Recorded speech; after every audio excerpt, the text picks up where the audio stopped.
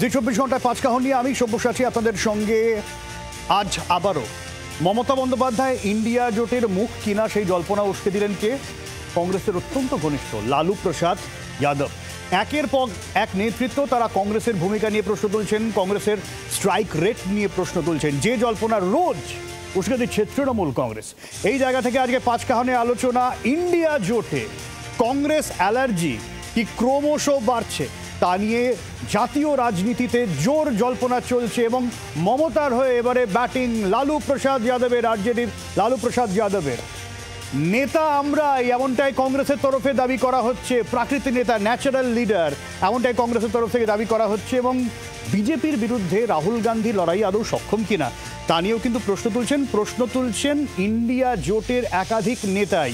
এবং এই জায়গা থেকেই প্রশ্ন উঠছে, তৃণমূল যা দাবি করছে বিজেপির বিকল্প মুখ একমাত্র মমতা বন্দ্যোপাধ্যায় কিনা, এই নিয়ে আজকে আলোচনা পাঁচ কাহনে।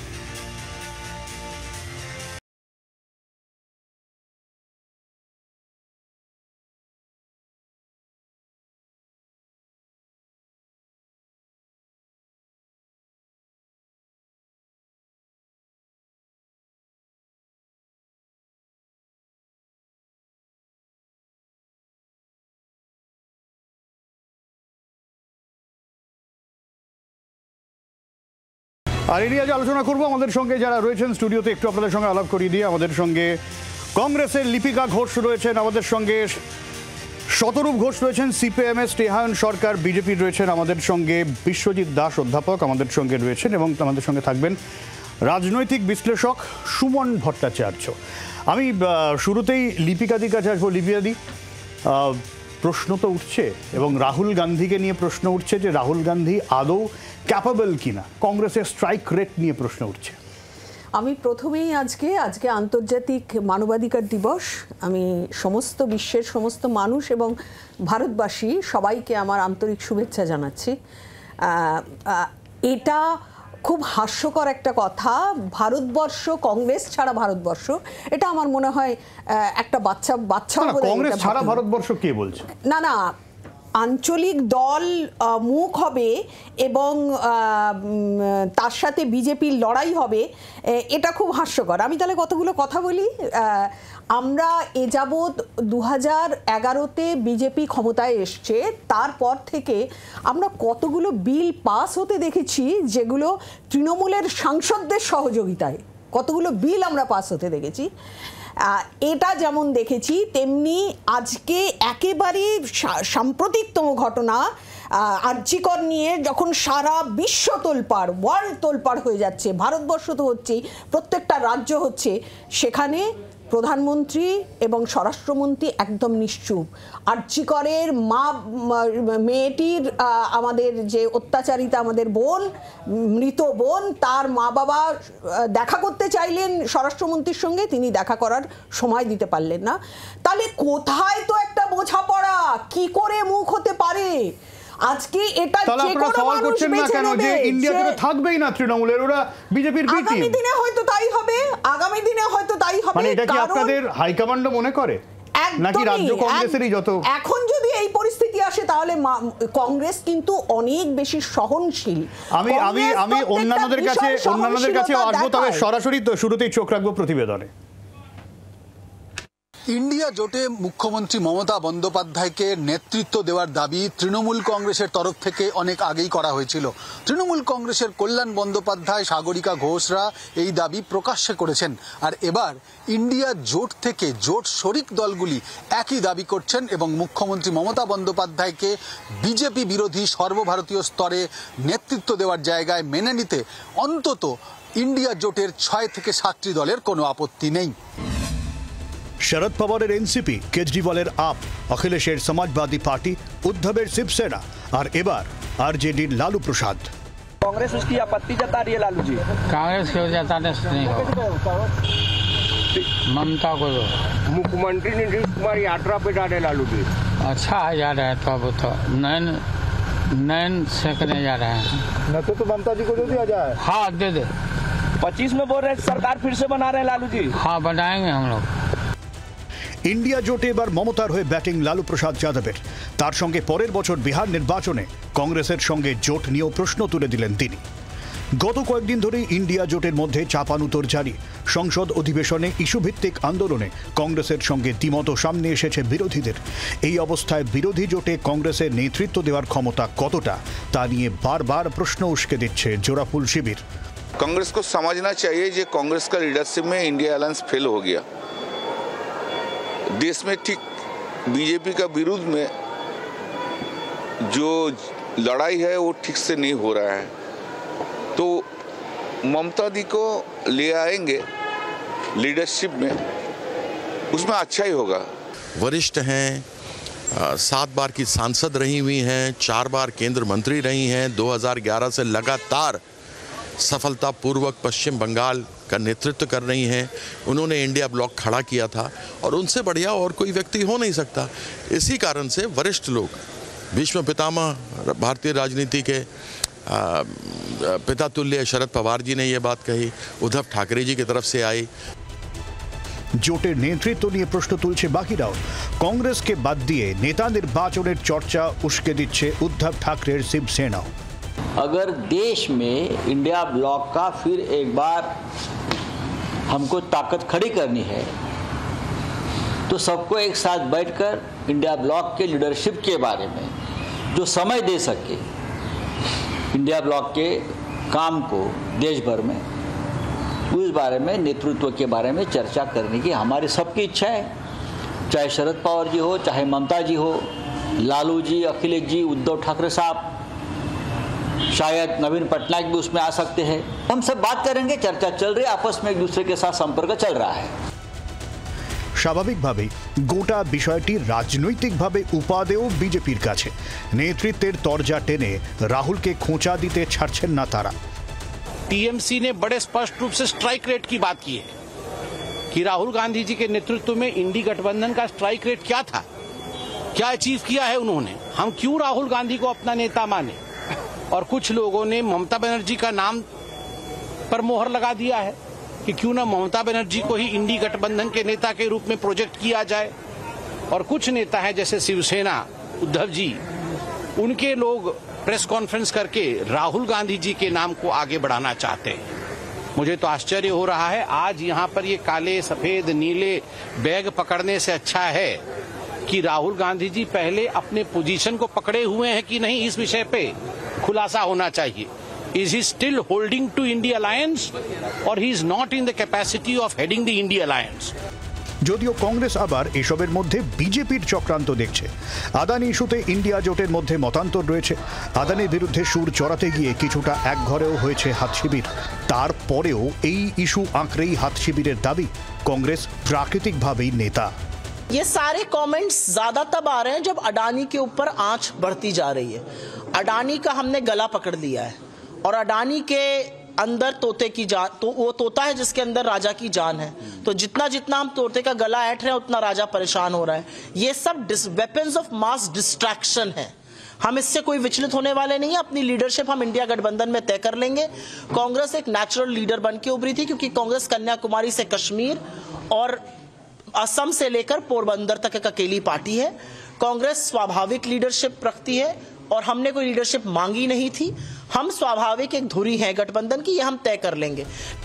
কংগ্রেসের এই ঔদ্ধত্যই কাল, এমনই মত রাজনৈতিক বিশ্লেষকদের। খারাপ পারফরমেন্সের পরেও এভাবে কৌলিন্য আঁকড়ে থাকার প্রবণতায় বিরোধী শিবিরের ফাটল চওড়া করছে বলে মনে করছেন একাংশ। আর এই জায়গাতেই উঠে আসছে মমতা বন্দ্যোপাধ্যায়ের নাম। তাতে কংগ্রেসের যত আপত্তি থাকুক না কেন। কংগ্রেসের আপত্তি মানতে নারাজ ইন্ডিয়া জোটে থাকা মোট 22 থেকে 24টি রাজনৈতিক দলের মধ্যে সব থেকে গুরুত্বপূর্ণ 6 থেকে 7টি দলের। এখন দেখার মমতা বন্দ্যোপাধ্যায়ের গ্রহণযোগ্যতা এবং তার দক্ষতা, তার অভিজ্ঞতা, তার রাজনৈতিক সার্বিকভাবে গ্রহণযোগ্যতা থাকা সত্ত্বেও ইন্ডিয়া জোটে তিনি নেতৃত্ব দেওয়ার ক্ষেত্রে আর কোনো বাধা থাকে কিনা। তার কারণ এখন শুধুমাত্র কংগ্রেস তারা মুখ বন্ধ করে রেখেছে এবং বাকি দলগুলি এই বিষয়ে এখনো পর্যন্ত চুপ রয়েছে। নয়াদিল্লি থেকে ভিডিও জার্নালিস্ট শুভাশিস দাসের সঙ্গে রাজীব চক্রবর্তী, জি24 ঘন্টা। শতরূপ, কি মনে হয় কংগ্রেসই ন্যাচারাল লিডার, মানে অবিসংবাদী নেতাও যদি বলি আমি? না, আমার একটা জিনিস মনে হচ্ছে, যদিও লালু প্রসাদ দের কথাতে আমার বিরাটভাবে মনে হলো না যে উনি মমতা বন্দ্যোপাধ্যায় কী চাইছেন। উনি জিজ্ঞেস করা হলো মমতা বন্দ্যোপাধ্যায় হতে পারেন কিনা, উনি ক্যাজুয়ালি বললেন যে হ্যাঁ হয়ে যেতে পারে। তার বাইরে আর তো কাউকে আমি মমতা বন্দ্যোপাধ্যায়কে স্পেসিফিক্যালি চাইতে দেখলাম না। তো যদি তর্কের ক্ষেত্রে যদি ধরেও উনি যে চাইছেন সরি, সেক্ষেত্রে আমার মনে হচ্ছে এটা কিছুটা হচ্ছে ওই বিজয়া দশমীর দিন কোলাকুলি করতে করতে যদি আমি এখন বলি যে অষ্টমীর দিন পাজামা না পরে ধুতি পরলে ভালো হতো, ব্যাপারটা সেরকম। তো এটা অষ্টমীর আগে মাথায় আসলে ভালো হতো, অষ্টমী হয়ে গেল, আমার পাজামা পরা হয়ে গেল, তখন ধুতি পরিনি, বিজয়ের দিন আর ওই নিয়ে ভেবে লাভ কি আছে?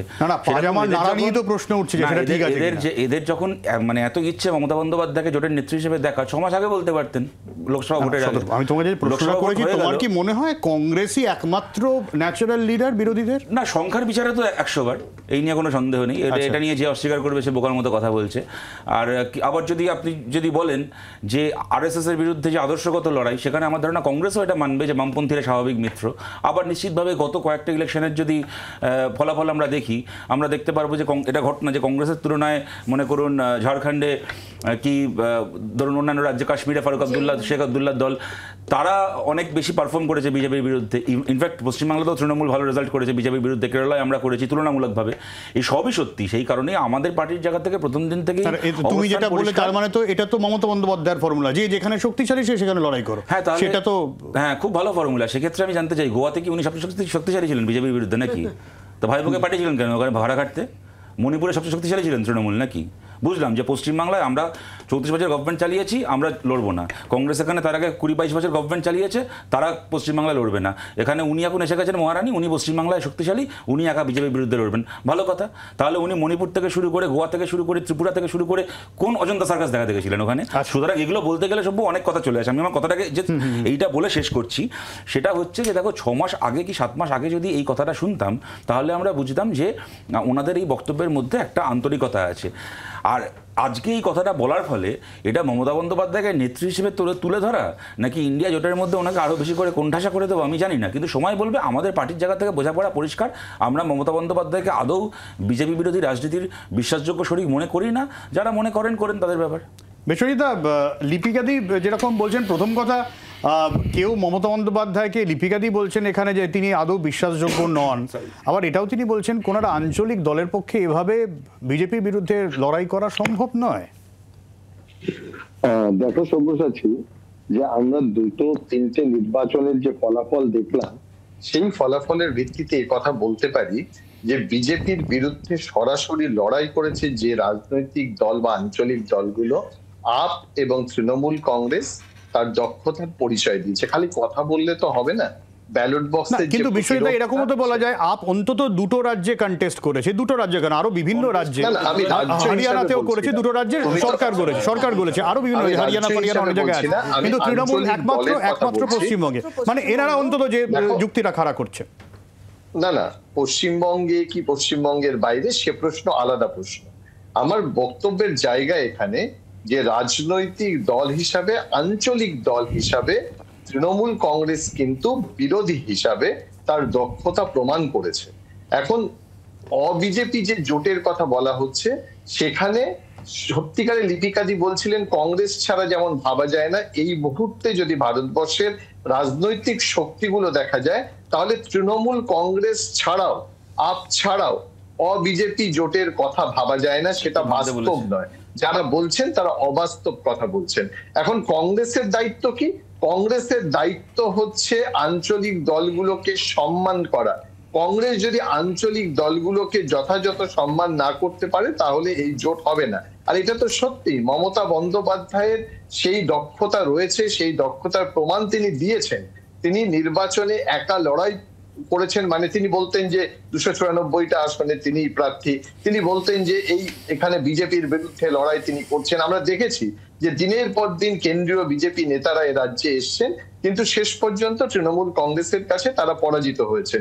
সুতরাং এদিক থেকে বলতে গেলে যে বিজেপি বিরোধী শক্তির কথা আমরা বলছি, তৃণমূল কংগ্রেস মাটি আঁকড়ে মমতা বন্দ্যোপাধ্যায়ের নেতৃত্বে লড়াই করেছে। এবং আজকে যদি সারা ভারতবর্ষে এই দাবি ওঠে যে নেতৃত্বের কথা, অবিজেপি নেতৃত্ব, তাহলে সেখানে মমতা বন্দ্যোপাধ্যায় নিশ্চয়ই অ্যাডভান্টেজিয়াস পজিশনে থাকবে। আচ্ছা, আমি আসবো স্নেহানের কাছে একটা বিরতির পর। যে প্রশ্নটাকে স্নেহান, এর মধ্যেও কিন্তু কংগ্রেস একটা ষড়যন্ত্রের তথ্য সামনে আসছে, যে কোথাও গিয়ে একটা বিভাজনের বিষয়ে সামনে রাখা হচ্ছে, কারণ কংগ্রেস নির্দিষ্ট ইস্যু ভিত্তিক সুর বিজেপির বিরুদ্ধে চড়াচ্ছে, তাই গোটা বিষয়টাই বিজেপির ষড়যন্ত্র। আসবো বিরতির পর, সঙ্গে থাকুন।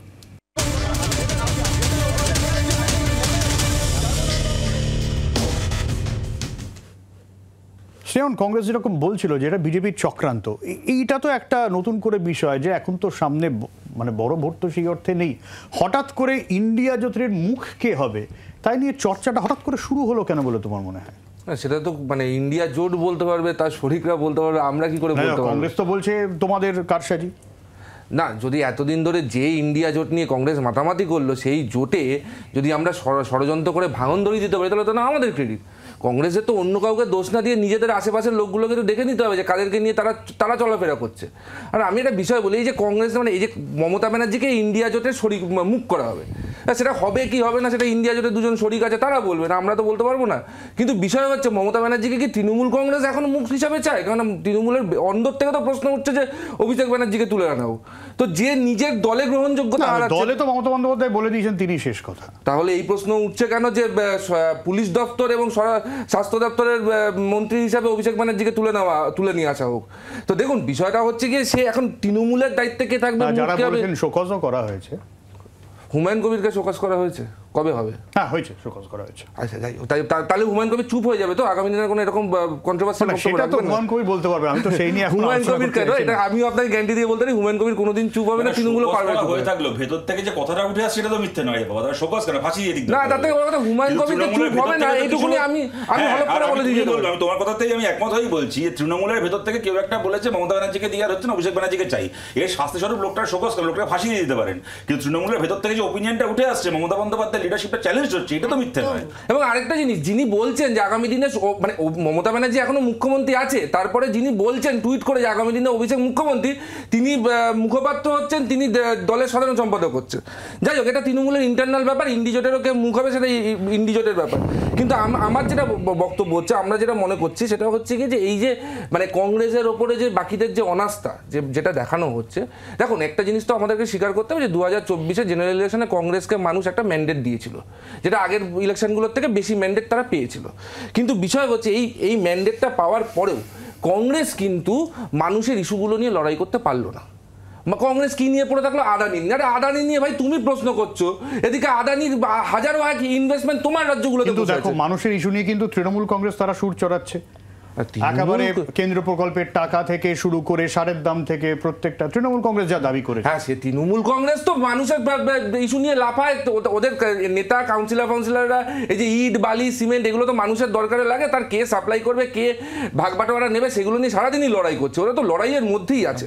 কিন্তু বিষয়টা হচ্ছে আমি যেটা বলছি যে এই যে মানে আদানি ইস্যু নিয়ে ধরেন আজকে আমি বলছি নরেন্দ্র মোদী যে লাস্ট 10 বছরে যে ডেভেলপমেন্ট মডেলটা দিয়েছে কংগ্রেস রিজেক্ট করছে, বাট তারা কি অল্টারনেটিভ মডেল দিতে পারছে না। এই যে কংগ্রেসকে গোটা দেশের মানুষ রিজেকশন দিচ্ছে, তারই কিন্তু প্রতিফলন আজকে এখানে হয়ে যাচ্ছে। আজকে আরজেডি বলছে মানে এটা সিগনিফিক্যান্ট দিক, কিন্তু সামনে বিহার ইলেকশন, তার মানে কিন্তু বিহারে এই যে আপ যেরকম বলে দিয়েছে আমরা কংগ্রেসের সাথে লড়বো না, আমরা একা দিল্লি ইলেকশন লড়বো, তার মানে কিন্তু আগামী দিনে বিহারের ইলেকশনেও কিন্তু কংগ্রেসের মানে কংগ্রেস হয়তো যদি একসাথে লড়েও কটা সিট পাবে সেটা কংগ্রেস বুঝবে আর আরজেডি বুঝবে। তো এই যে আজকে এই হাল কংগ্রেসের, আমরা তো বহুবার বলেছি, মহারাষ্ট্রে দেখুন না 75টা ডিরেক্ট ফাইট হয়েছে, সেখানে 65টাতে কংগ্রেস হেরেছে। তো কংগ্রেসের স্ট্রাইক রেট আজকে আরেকটা বিরতির সময় হয়ে গেছে। এই জায়গা থেকে স্নেহা যেরকম বললো, যদি আলাদাভাবে এই রাজ্যে লড়ে তাহলে তো ফায়দা লুটবে বিজেপি। সেই জায়গা থেকে বিভিন্ন জায়গায় আমরা মহারাষ্ট্রের ক্ষেত্রে দেখেছি, হরিয়ানার ক্ষেত্রেও দেখেছি। এবারে সেখানে যদি জোট করেও যদি বিজেপিকে আটকানো সম্ভব না হয় তাহলে আলাদা করে ফায়দা হবে কি? আর একটা গুরুত্বপূর্ণ প্রশ্ন রয়েছে, এ রাজ্যে যেমন কথা হয়েছিল যে মমতা বন্দ্যোপাধ্যায়ের বিকল্প মুখ নেই, কেন্দ্রীয় স্তরে নরেন্দ্র মোদীর বিকল্প মুখ ছাড়া বিজেপিকে টক্কর দেওয়া সম্ভব? বিরতির ফিরে আসছি, সঙ্গে থাকুন।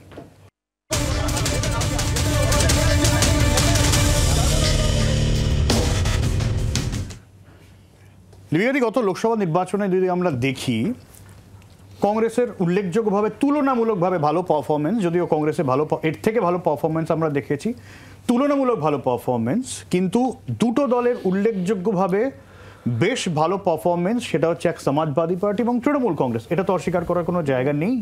সেই জায়গায় দাঁড়িয়ে যখন তোমরা তৃণমূল কংগ্রেসকে বিজেপির বি টিম হিসেবে দাগিয়ে দিচ্ছ এবং কেন্দ্রে একসাথে বসে মিটিং করছো, কোথাও গিয়ে সাধারণ মানুষের বিশ্বাসযোগ্যতা একটা প্রশ্ন ওঠে না যে এই জোটটা সেই জোটের এক এক রকম নেতার এক এক রকম কথা। তোমরা তো বিজেপির বিরুদ্ধে এখানে ষাট করেছে সেই অভিযোগ করছো না, তোমরা কেন্দ্রীয় স্তরে অভিযোগ করছো, তারপরেও তার সাথে বসছো। দেখো, বিজেপির ওই বলে না খড়কে কাঠি, মানে দাঁত খোঁচানোর কাঠি, দাঁতে কিছু আটকে গেলে পরিষ্কার করার যে কাঠি, তৃণমূল সরকার হলো সেই বিজেপির খড়কে কাঠি। বিজেপি তৃণমূলকে ব্যবহার করছে কংগ্রেসকে দাবানোর জন্য। তা না হলে তুমি চিন্তা করো তোমরা ব্যবহৃত হচ্ছ। না না, আজকে কেন তৃণমূল কংগ্রেসকে, আমাদের নয়, আজকে তুমি চিন্তা করো, যেটা ইয়েও বললো যে আজকে মেঘালয়ে, গোয়া, মণিপুর এইসব জায়গাগুলোতে তুমি চিন্তা করো তো কেন দাঁড়াতে গিয়েছিল তৃণমূল কংগ্রেস? তৃণমূল কংগ্রেসের কোন ওখানে সংগঠন আছে, কেন দাঁড়াতে গিয়েছিল? এই যে আজকে মমতা ব্যানার্জি বারবার করে বলছে যে যে রাজ্যে যে দল শক্তিশালী তাকে দাঁড়াতে দিতে হবে, তাহলে তাকে সমর্থন করতে হবে। তাহলে মমতা ব্যানার্জির কি ওই রাজ্যগুলো ইলেকশনের সময় মমতা ব্যানার্জির একথা স্মরণে ছিল না? আর একটা কথা আমি বিজেপি সম্পর্কে বলছি যে কংগ্রেস নাকি আন্দোলন করছে না। আজকে মূল্যবৃদ্ধি, মুদ্রাস্ফীতি, অর্থনৈতিক সংকট সমস্ত কিছু নিয়ে কংগ্রেস আন্দোলন করছে।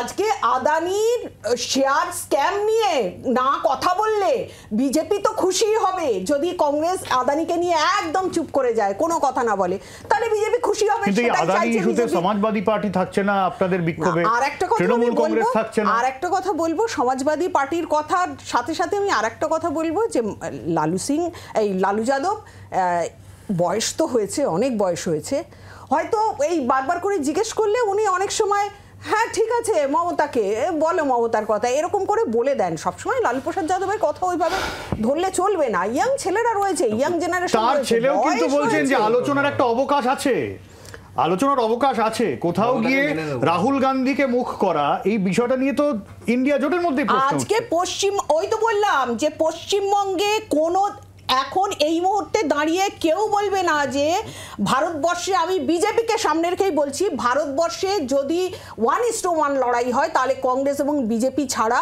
অন্য কোনো আঞ্চলিক দল, জাতীয় দল আলাদা কথা, আঞ্চলিক দলের পক্ষে কোনোভাবেই সম্ভব নয় যে একটা জোটের নেতৃত্ব দেওয়া বা জোটকে। পশ্চিমবঙ্গ ছাড়া তৃণমূল সরকার আছে কোথায়? তৃণমূল কোথায় রয়েছে? তার নেতৃত্বের একটা বিশ্বাসযোগ্যতার জায়গা আছে, তো সেই জায়গাগুলোকে ভাবতে হবে। এটা যদি তাহলে এই জায়গাতে আমারও বারবার করে মনে হচ্ছে এটা বিজেপি। আমি এই প্রশ্নটাই বাইপাস করে বিশ্ব জায়গায়, যদি তাই হয়ে থাকে তাহলে মমতা বন্দ্যোপাধ্যায়ের নেতৃত্বের বিষয়টা আসছে কোন জায়গা থেকে? না, নেতৃত্বের জায়গাটা এখান থেকে আসছে যে কটা রাজ্যে সে মানে ভোটে নির্বাচনে লড়ছে তার থেকে নির্ভর করবে না যে সে নেতা হতে পারবে কিনা, নেত্রী হতে পারবে কিনা। এটা খুব অবাস্তব। তাই যদি হয় তাহলে পশ্চিমবঙ্গে কংগ্রেসের এখন কথা বলার জায়গা কোথায় আসে? পশ্চিমবঙ্গে তো কথা বলার জায়গাই নেই কংগ্রেসের। সুতরাং এই জায়গাটা মানতে হবে যে প্রদেশ কংগ্রেস এবং কেন্দ্রীয় কংগ্রেসের যে মতামত, সেখানে পশ্চিমবঙ্গের যে লড়াইটা তৃণমূল কংগ্রেসের এবং মমতা বন্দ্যোপাধ্যায়, সেটা ছোট করে দিলে হবে না। রাজনৈতিকভাবে হয়তো তার বিপক্ষে মতামত লিপিকাদি দিতে পারেন, শতরূপ দিতে পারেন, কিন্তু তার যে লড়াইটা, এবং তিনি সেটা তো প্রমাণ করেছেন, প্রমাণ করার পরে কেন তাকে নেতৃত্ব দেওয়া এইভাবে মাটি আঁকড়ে লড়াই করে কেন্দ্রীয় সরকারকে পরাস্ত করেছে? অর্থাৎ এখানে পশ্চিমবঙ্গে শুধুমাত্র বিধানসভা নয়, লোকসভা কেন্দ্রেও তৃণমূল কংগ্রেস একাই তার দক্ষতা জানিয়েছে এবং একমাত্র ভোটারদের পালস বুঝতে পারেন কি দরকার। এবং রাজ্যের মানুষের, এই যে বারবার বলছে না আদানি ইস্যু, আমদানি ইস্যু, কিন্তু একটা জিনিস তো ভাবতে হবে, দৈনন্দিন মানুষের যে দ্রব্যমূল্য বৃদ্ধি হচ্ছে সেটা নিয়ে, জিএসটি নিয়ে কে বলুন তো সুর চড়িয়েছে? কেন্দ্রীয় সরকারের বঞ্চনা নিয়ে কারা সুর চড়িয়েছে? তাদের যে হানা, সেটা নিয়ে কারা সুর চড়িয়েছে? সেই দিক থেকে দেখতে গেলে আঞ্চলিক দল হিসাবে তৃণমূল কংগ্রেসের নেত্রী, তার এই দাবি, তার হক আছে, সে ভারতবর্ষের প্রেক্ষাপটে লড়াই করতে পারে এবং সে তো অন্যান্য আঞ্চলিক দলগুলোর সঙ্গে একের পর এক মিটিং করছে, তাদের সঙ্গে আলোচনা করছে। তাহলে হয়তো রাহুল গান্ধী সবচেয়ে বড় বিরোধী বড় দলের নেতা, তাকে নিয়েই চলতে হবে। কিন্তু যদি কংগ্রেস ব্যর্থ হয় তাহলে তো একটা বিকল্পর কথা ভাবতেই হবে। এখন তো এরকম তৃতীয় ভাবনা আসেনি যে কংগ্রেস এবং বিজেপিকে এবং একটা জায়গায় কংগ্রেসের তুলনামূলক ভালো ফল, সেটা হচ্ছে ঝাড়খণ্ডে, তাও সেখানে ফ্রন্ট ফুটে জেএমএম। না কেন্দ্রে না হরিয়ানা আর মহারাষ্ট্রে কংগ্রেসের রেজাল্ট খারাপ হয়েছে, তৃণমূলের রেজাল্ট খুব ভালো হচ্ছে। শান্তি, এবার কতগুলো দিদি এক সেকেন্ড, এবার কতগুলো কথা বলতে পারি। এই যে জিএসটি পিএসটি শুনছিলাম না, জিএসটিটা মোদি পাস করানোর পরে পশ্চিমবাংলায় বিধানসভা সেশন না ডেকে অর্ডিন্যান্স জারি করে জিএসটি লাগু করেছিলেন মমতা বন্দ্যোপাধ্যায়, মোদির দালাল মমতা ব্যানার্জি। ওই যে ফালতু কথা অনেকক্ষণ ধরে শুনছি, কতগুলো কথা কাইন্ডলি বলতে দেওয়া হোক। আমি প্রথমে শ্রেয়ানকে একটা কথা বলি, ভাই তুমি খুব ভালো বলেছো, তুমি একটা খুব মানে তোমাকে হামলি একটা কথা বলছি। তুমি যদি বলো যে এখন মানুষের যন্ত্রণা নিয়ে বিরোধীরা ঠিক করে আন্দোলন করতে পারছে না, সেটা কংগ্রেসই হোক কি যেই হয়ে থাক না কেন, এটাকে নিয়ে 100টা তর্ক চলতে পারে, কিন্তু এইটুকু তার মানে তুমি স্বীকার করছো যে বিজেপির শাসনে মানুষের যন্ত্রণা আছে। এরপরে আমিও তোমাকে মাঝখানে ইন্টারাপ্ট করতে পারতাম, করিনি তো? তুমি যখন কথাটা বলেছিলে আমি তো অপেক্ষা করলাম, আমি তো আমার টার্নের জন্য অপেক্ষা করলাম ক্লিয়ারেন্স দেওয়ার জন্য, ইজন্ট ইট? তো তুমিও সেটা করো। সুতরাং মানুষের যন্ত্রণাটা আছে, এবার বিরোধীরা সেটাকে ঠিক মতো করে তাই নিয়ে রাস্তায় নামতে কি পারছে কি পারছে না, এটাকে নিয়ে আলোচনা যেদিন হবে সেদিন আমরা আলোচনা করবো। আমি কতগুলো কথা জিজ্ঞেস করছি মমতা বন্দ্যোপাধ্যায়কে, বেশ তো ভালো কথা, লালু, শরৎ যাদব, অখিলেশ সবাই মিলে মমতা বন্দ্যোপাধ্যায়কে সত্যি সত্যি একজন সর্বভারতীয় নেত্রী হতে সাহায্য করুন না। এই তো কদিন পরে বিহারে ভোট, লালু প্রসাদের দল আরজেডি, ওখানে কি মমতা বন্দ্যোপাধ্যায়ের পার্টিকে 2-3টা সিট ছাড়বেন? কদিন পরে তো ইউপির ভোট হবে, অখিলেশ যাদব কি তৃণমূল, ওরা তো কলকাতায় এসে মিটিং করে যায় ব্রিগেডে, মমতা বন্দ্যোপাধ্যায় খাবার পরিবেশন করেন, ওরা বসে একসঙ্গে ডিনার করেছেন, এর আগে সব করেছেন, কিন্তু তারপরে যখন ফিরে গিয়ে ইউপিতে ভোটটা হয় তখন মমতা বন্দ্যোপাধ্যায়কে অখিলেশ আগেরবার বলেছিল আপনি এসে 2টো পথসভা করে দিয়ে যান আমার জন্য, একটা সিট ছাড়েননি। আমি এই কারণে জিজ্ঞেস করছি, ওখানে কিন্তু বিহার থেকে শুরু করে ইউপি থেকে শুরু করে যে কদিন আগে মহারাষ্ট্রের ভোটে, ওখানে কিন্তু আমাদের সংখ্যা কম হলেও কিছু কিছু এলাকায় আমাদের ইম্প্যাক্ট আছে বলে ওখানে কিন্তু জোট হয় আমাদের সঙ্গে, বামপন্থীদের সঙ্গে, এবং আমরা বামপন্থীরা সে আসন জিতেওছি। আমরা মহারাষ্ট্রেতেও এবার জিতেছি, আমরা তার আগে বিহারেও জিতেছি, so on and so fourth, আমরা হচ্ছে তোমার উড়িষ্যাতে জিতেছি, so on and so fourth. এইবার আমি কথাগুলো এই কারণে বলছি যে আজকে কংগ্রেসের ওপর একটা চাপ তৈরি করার জন্য একজনের নামকে ভাসিয়ে দেওয়া একটা জিনিস, কিন্তু সত্যি যদি তাকে নিয়ে কেউ সিরিয়াস হতো তাহলে তারা সাহায্য করতো তাকে সর্বভারতীয় নেত্রী হতে। আপনি বিধানসভা ছেড়ে দিন, একটা মিউনিসিপ্যালিটি ভোটে পর্যন্ত মমতা বন্দ্যোপাধ্যায়কে দলকে নিজের রাজ্যে একটা কেউ সিট ছাড়েন। আর আমার শেষ কথা আমি এখানে বলছি, এই যে এতগুলো কথা তুমি যেটা বললে কংগ্রেসের উপর চাপ তৈরি করার জন্য, কংগ্রেসের উপরে চাপ তৈরি করেছে, তার মানে প্রত্যেকটা রাজনৈতিক করছে তো দেখা যাচ্ছে কি আছে, সেটা তো লাভ। আমরা তো একমত নয় তার সাথে। আমরা তো দেখো একটা কথা বলি সভ্য, তুমি প্রশ্নটা করলাম, আপনি উত্তর দেওয়ার সময় দিও। গত 10 বছর ধরে আমাদের দেশে একটা অত্যন্ত শক্তিশালী সরকার এবং দুর্বল বিরোধী পক্ষ ছিল। আজকে একটা দুর্বল সরকার এবং শক্তিশালী বিরোধী পক্ষ হয়েছে। সিপিআইএম মনে করে বিরোধী পক্ষের ঐক্যকে নষ্ট করা উচিত নয়, যারা করছেন তারা নিজের দায়িত্বে করছেন, আমরা তার সঙ্গে একমত নই। কিন্তু আমি একটা কথা এখানে বলছি তোমাকে, যে দেখো আমি যেটা বলতে যাচ্ছিলাম যে আচ্ছা ইন্ডিয়া জোট মানে তো কতগুলো লোকের একে অপরের মুখ দেখতে ভালো লাগেছে বলে জোট করেছে এমন নয়, কতগুলো তো ইস্যু আছে। এই যে আদানিকে নিয়ে কথা হচ্ছে, ঠিকই কথা, তো মমতা বন্দ্যোপাধ্যায় আদানির বিরুদ্ধে ধর্নায় যাননি, কারণ ওনার কাছে এটা আদানি নয়, ওনার কাছে এটা আমদানি। আদানির কাছ থেকে যেহেতু পশ্চিমবাংলায় যায়নি, আমি পশ্চিমবাংলাতে যেহেতু মমতা বন্দ্যোপাধ্যায় দেউচাপাচামি থেকে শুরু করে ওখানে ফারাক্কায় আমবাগানে আদানির খুঁটিপোতা থেকে শুরু করে আদানির কাছ থেকে পয়সা খেয়ে বসে আছেন, অতএব আদানির বিরুদ্ধে ধর্নায় যাননি। তোমাকে আমি মনে করাই, ইন্ডিয়া জোট তৈরি হওয়ার পরে প্রথম যে ইস্যুতে এই জোট একাট্টা হয়েছিল ব্যাঙ্গালোরের বৈঠক থেকে, তা ছিল কাস্ট সেন্সাস যেটা আমাদের দেশে প্রকাশ করতে হবে, যেটা কিনা আরএসএস এর বক্তব্য, আমরা কাস্ট সেন্সাস যেটা প্রকাশ করব না, আমরা বলেছিলাম কাস্ট সেন্সাস যেটা প্রকাশ করতে হবে। একমাত্র মমতা বন্দ্যোপাধ্যায় ইন্ডিয়া জোটের দলগুলোর বৈঠক থেকে বেরিয়ে গেছিলেন ব্যাঙ্গালোরের মাঝপথে, উনি আরএসএস এর সঙ্গে একমত হয়ে বলেছিলেন যে জাতিভেদ প্রথা, কি বলে জাতি হচ্ছে বিন্যাস আমরা প্রকাশ করব না, ক্রমশ যার পরিণতি হবে আমরা জানি ভারতবর্ষে রিজার্ভেশন তুলে নেওয়া হবে।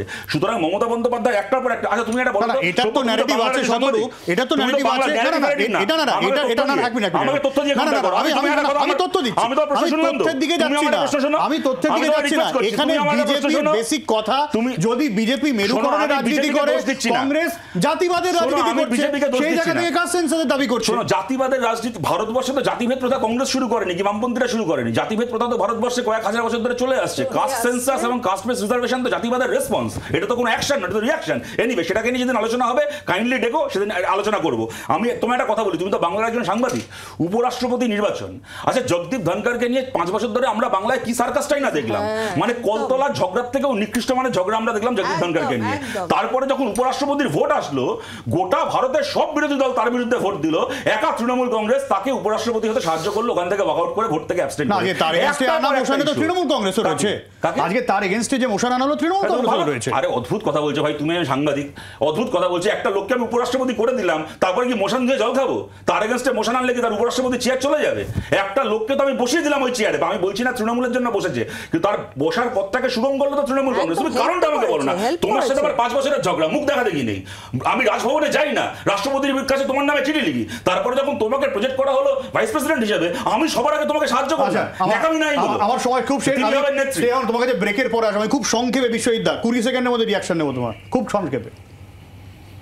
না দেখো, একটা কথা যে মমতা বন্দ্যোপাধ্যায়ের কথা যেটা বলা হচ্ছে যে ইন্ডিয়া জোটের ক্ষেত্রে, ইন্ডিয়া জোটে কিন্তু মমতা বন্দ্যোপাধ্যায় সবসময় অ্যাক্টিভ ছিলেন এবং এইটা সত্যিই তো কাস্ট সেন্সাস নিয়ে অনেকগুলো কথাই বলা যায়। কাস্ট সেন্সাস এই মুহূর্তে ভারতবর্ষের রাজনীতিতে কতটা যুক্তিযুক্ত, কতটা কাস্ট সেন্সাস করা উচিত এবং কতটা উচিত 100% যুক্তিযুক্ত। একমাত্র আরএসএস মনে করে যুক্তিযুক্ত নয়, আরএসএস আর মমতা ব্যানার্জি মনে করেন যুক্তিযুক্ত নয়, তাছাড়া বাকি সমস্ত ইন্ডিয়া জোটের সব বিরোধী দল ওনাকে ফলে স্পষ্ট ইস্যু ভিত্তিক রাজনীতিতে বিরোধিতাও কিন্তু পারস্পরিক এতটা চওড়া যে ভোটের আগে এককাট্টা হওয়া কিন্তু বড়সড় চ্যালেঞ্জ ক্রমশ হয়ে উঠছে।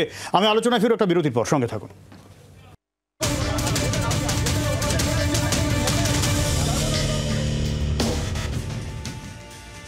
স্নেহায়ন, খুব সংক্ষেপে একটা প্রশ্নের উত্তর চাইব। কংগ্রেস মুক্ত ভারত তোমাদের একটা স্লোগান, এইবার কি কংগ্রেস মুক্ত ইন্ডিয়া, ইন্ডিয়া জোট, এরকম বিষয়ে তোমাদের টার্গেট রয়েছে? আমাদের কেন টার্গেট থাকবে, সেটা তো মানে ওই জোটের যারা শরিক দল আছে তারা বলতে পারবে। কিন্তু বিষয় হচ্ছে কি জানো তো, যে মানে এই জোটটা আজ থেকে 6 মাস আগে তো বলেছিল যে এরা সরকার করবে, এদের প্রধানমন্ত্রী হবে। আজকে 6 মাসের মধ্যে এদের বিরোধী দল মানে এদের অ্যালায়েন্সের মুখ কে হবে সেটাই এরা ঠিক করে পাচ্ছে না। তো এই যে নীতি নৈতিকতা বাদ দিয়ে যদি একটা জোট করা হয় শুধুমাত্র ক্ষমতার জন্য, তার ফলাফল বা তার রেজাল্ট এটাই হয়। কিন্তু আমার একটা প্রশ্ন, এখানে যদিও বা যারা আছে তারা মমতা ব্যানার্জির বিরোধী, কিন্তু যারা পক্ষে বলছে বা এরা আগামী দিনে কাকে মুখ করবে, যদি মমতা ব্যানার্জিকে মুখ করে তো একটা বিরোধী দল তারা তো মানে একটা রোড ম্যাপ দেয়, একটা তো এজেন্ডা দেয় যে মমতা ব্যানার্জি যেভাবে সরকার চালিয়েছে গত 13 বছর ধরে পশ্চিমবাংলায়, সেটাকে সামনে রেখে আগামী দিনগুলো বাকি রাজ্যে ইলেকশন লড়বে। তো মমতা ব্যানার্জির এই যে প্রশাসন, সেটাকে তার রিপোর্ট কার্ডটাকে সামনে রেখে ইন্ডিয়া অ্যালায়েন্স অন্যান্য রাজ্যে ভোট লড়বে। তো যদি মমতা ব্যানার্জিকে মুখ করা হয়, আমরা সেটা দেখার জন্যই অপেক্ষায় আছি। এই মমতা বন্দ্যোপাধ্যায়কে মুখ কিনা এ রাজ্যে যেমন একটা প্রশ্ন ওঠে এবং বিজেপির অভ্যন্তরে প্রশ্ন ওঠে, মমতা বন্দ্যোপাধ্যায়ের বিরুদ্ধে যদি কোনো মুখকে তৈরি করা না যায় তাহলে কিন্তু এ রাজ্য দখল করা সম্ভব নয়। সেটা দেশের ক্ষেত্রেও রাহুল গান্ধী বিকল্প মুখ কিনা তা নিয়ে তো লিপিকা দিয়ে এখনো পর্যন্ত বিতর্ক রয়েছে, কতটা সাকসেসফুল তিনি। মুখ ছাড়া, যোগ্য মুখ ছাড়া বিজেপিকে হটানো সম্ভব না। আমরা তো বারবার বলেছি যে নেতৃত্ব একজন সে যেই হোক, হতে পারে রাহুল গান্ধী, হতে পারে স্ট্যালিন, হতে পারে অন্য কেউ, হতে পারে দীপিকা কদিন চলবে না উঠে আসবে। একটা জোট যখন তৈরি হয়েছে সেখান থেকে উঠে আসবে। কিন্তু কংগ্রেসকে বাদ দিয়ে, কংগ্রেস নয়, কংগ্রেসকে দুর্বল করে দিয়ে যদি কেউ মনে করে যে বিজেপির বিরুদ্ধে লড়াই করবে ও সারা ভারতবর্ষে, সেটা কোনোভাবেই সম্ভব নয়। কোনো আঞ্চলিক দলের পক্ষে সেটা সম্ভব নয়। আর মমতা ব্যানার্জির রিপোর্ট কার্ড তো খুব একটা ভালো নয়। আমরা তো বারবারই এতক্ষণ তোমার 1 ঘন্টার আলোচনায় আমরা তার উদাহরণ দিয়ে দিলাম যে মমতা ব্যানার্জি কি কি করেছে, মমতা ব্যানার্জি বিজেপিকে বাঁচানোর জন্য কি কি করেছে, কোন কোন সময় কি কি ভূমিকা নিয়েছে। সেই জন্য সেই রিপোর্ট কার্ড দিয়ে কে দু একজন কি আমার মনে হয় যে 25টা না 26টা দলের জোট এত সোজা নয়। আমি একটা ছোট মমতা ব্যানার্জিকে মুখ করলে আমার মনে হয় সব থেকে আনন্দিত হবে অভিষেকপন্থী তৃণমূলের নেতারা, কেননা সেখানে অভিষেকের একটা সম্ভাবনা তৈরি হয়ে যাবে। আমার সময় একদম খুব দেখুন, ভারতের রাজনীতিতে আমরা বিজেপি তো সাম্প্রদায়িক রাজনীতির বিরোধী, কিন্তু বিজেপিও আজ পর্যন্ত সরকারের টাকায় মন্দির তৈরি করেনি। এই যে রাম মন্দির তৈরি হচ্ছে, এটাও কিন্তু ট্রাস্টের টাকায় লোকে ডোনেশন দিয়েছে, so on and so fourth. Mamata Bandyopadhyay ভারতের এমন এক তথাকথিত ধর্মনিরপেক্ষ নেত্রী, যিনি পশ্চিমবঙ্গ সরকারের টাকায় দীঘায় ধর্মস্থান বানাচ্ছেন, মন্দির তৈরি করছেন। উনি সরাসরি আরএসএস কন্যা, যে কারণে দেখবেন সব ব্যাপারে ওনার অনেক মন্তব্য থাকবে, কিন্তু একেবারে কাশ্মীর থেকে আর্টিকেল 370 তুলে নেওয়া থেকে শুরু করে, সরকারের টাকায় মন্দির তৈরি করা থেকে শুরু করে, এনপিআর করে ভারতবর্ষের ওই চার্টার বানানো থেকে শুরু করে, একদম আরএসএস এর এই যে কোর ইস্যুগুলো আছে, জাতি গণনা, আরএসএস এর কোর ইস্যুতে উনি সবসময় আরএসএস এর সঙ্গে একমত থাকেন। তাই আরএসএস পন্থী, আরএসএস কন্যা মমতা বন্দ্যোপাধ্যায়কে আমরা বিজেপি বিরোধী লড়াই শরিক আমরা মনে করি না, আমাদের পার্টি মনে করে না। শেষ কথা শুনবো বিশ্বজিৎ, খুব সংক্ষেপে, খুব সংক্ষেপে। একদম পরিষ্কার, এই মুহূর্তে ইন্ডিয়া যে জোট রয়েছে সেই জোটে মমতা বন্দ্যোপাধ্যায়কে কোনোভাবে অগ্রাহ্য বা অবহেলা করা যাবে না। তাহলে অবিজেপি সরকারের যে স্বপ্ন সেটা বাস্তবায়িত হবে না। মমতা বন্দ্যোপাধ্যায় নেতৃত্বে থাকুক না থাকুক, মমতা বন্দ্যোপাধ্যায় একটা ইম্পর্টেন্ট ফ্যাক্টর এবং ডিসিসিভ ফ্যাক্টর। তাহলে মমতা বন্দ্যোপাধ্যায় আপত্তি, কংগ্রেসে আপত্তি, মাঝখানে তাহলে কে মুখ হিসেবে তাহলে বিজেপির বিপক্ষে দাঁড়াবে কে? Wait watch and see. হ্যাঁ, আমরাও ওয়েট ওয়াচ এন্ড সি, আমরা প্রত্যেকটা বিষয় দেখতে চাই এবং এই তরজা আরো কোন দিকে যায় নজর থাকবে। আপাতত এখানে শেষ করছি, সঙ্গে থাকুন জি 24 ঘন্টা। বাংলার আওয়াজ, বাঙালির আবেগ, জি 24 ঘন্টা।